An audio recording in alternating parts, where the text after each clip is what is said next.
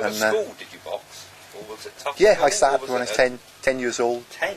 Yeah. Pretty early, isn't it? Yeah, up till I was 25. What was it like at school with that then? Was that? Well, it's the image, isn't it? And it's about finding your place in the rank, the rank and file of, when you're at school. And there's bullying and all that sort of thing. What it was like in the 60s, wouldn't it? I don't know why. He was in Catholic school, that was wasn't a small Welsh school, wasn't it? Yeah. Sort of the valleys yeah. type of school. And anyway, I remember when I started boxing, it was, I got down there and I avoided the boxing ring. I just wanted to do the training and get fit. And because I had this thing about getting fit and strong, building my muscles up. And so I avoided it for weeks, and then Jack Evans, that was my trainer, he said, come on, get the gloves on, get up in the ring. I got a bit of a funny stomach tonight, Jack. He said, you said that last night, going up in the ring. So I stick the gloves on, I get in the ring, start boxing, and, not bad. Thought, I can get a bit better at this, and then I went in again.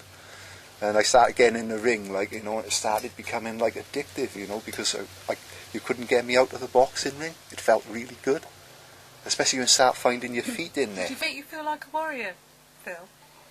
I just was who I was then in that moment. I think something like that came into it, that I jumped in the ring with him. Yeah.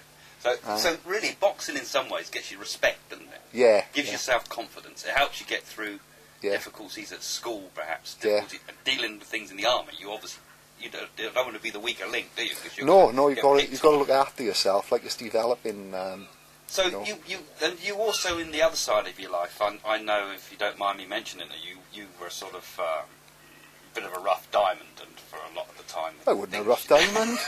I thought I was nice. Phil, you robbed banks. Oh, no. you did all sorts of things. Well, I got in a bit of trouble. Yeah. A few post offices. You floated like a butterfly, stung like a bee. But for a long time in your life, obviously, you were a very different person, I think, to what I know the film now. Yeah, that's right. So what happened? What made the change? Well, always the same. I went to prison. So you were obviously a person that valued their freedom. Did you try to escape? Well, yeah. I went to prison and I was banged up in a police cell. Then they transferred me to the open, closed prison, and then I'm in there, I'm banged up. Well, to start with, I was on remand, and it was open, and I made a plan to escape, and the next time they took me to the magistrate's court, which was every 7 days, so I made this plan that when they took the handcuffs off me, I was going to bolt through the doors, through the police, and make good my escape. So what I did, they took me the next time to the magistrate's court and took the handcuffs off. I shot through the doors, bolted 2 policemen over at the same time, got out, and then I got recaptured. And then I got put back in there again, only this time I was on 23-hour bang up. And that was even more difficult. So I started, I watched the film, and it was McVicker, and it was about how he pulled all the bricks out of the wall, right, and he got painting from the, you get the leisure stuff from the prison, and I asked for paper mache. So what I did, there was a big air vent at the bottom of the window was up there, and there was a big air vent that was about this big, and what I did, I scraped it all out, and then I put the paper mache in it, painted over it, and then I was getting ready, I got it all loose, then I had the last layer of bricks to get through outside, and then the morning before I was going to escape, we had slop out, and what they do, they open the door so you can get rid of your pee and crap and all that sort of stuff. So they opens the door, I'm sort of lounging around for a minute, and then this guy walks in, one of the Cardiff prisoners, and he goes, you don't know nothing about, nobody knows nothing about what I'm doing, right? I'm in an E-man cell, I've already escaped once, but nobody knows you're under surveillance all the time. And he goes, I don't know you, he said, but for some reason I had a dream about you last night. He said, and I saw in this dream that you got out. Well, the plan was, I was going to go through the hole, lowered myself down onto the yard, and then there was a broomstick, and I was going to go over the wall. It's a special way of tying it, it hangs on the end of the wall. And he said, I saw you out on the yard, he said, and you was getting torn to pieces by the guard dogs. And so I thought, uh-oh, nobody knew about it, and he had a dream. So I took that as a sign, and then at that point, I wanted to escape, but I knew I was going to get caught, and that wasn't the way to escape. So that tunnel's still there then, and some it's still there. prisoner might find still got paper mache around it, and it's painted in perfect. I don't know how long the watercolours last for, though. So there's a tunnel out of the prison. Yeah. So, out of all this experience you had, what do you think you discovered about who you are and who we are as people? I escaped through meditation. Ah, right. Now that's more interesting. So, they put you in solitary confinement, I guess, after an escape, did they? Yeah, well, I was in an e-cell when I was escaping the second time, see? They so allowed you out cell, on that's somewhere on your own, is it? Yeah, it's an E-man cell, escapee. Oh, I see. Right, and they put these yellow patches down you and stuff like that, so when they put you on special exercise away from everyone else. Right, yeah. So you can't plan nothing with anyone, see? I see. So that was a bit like an enforced, sort of, just like a yogi might do if they put them in the cave.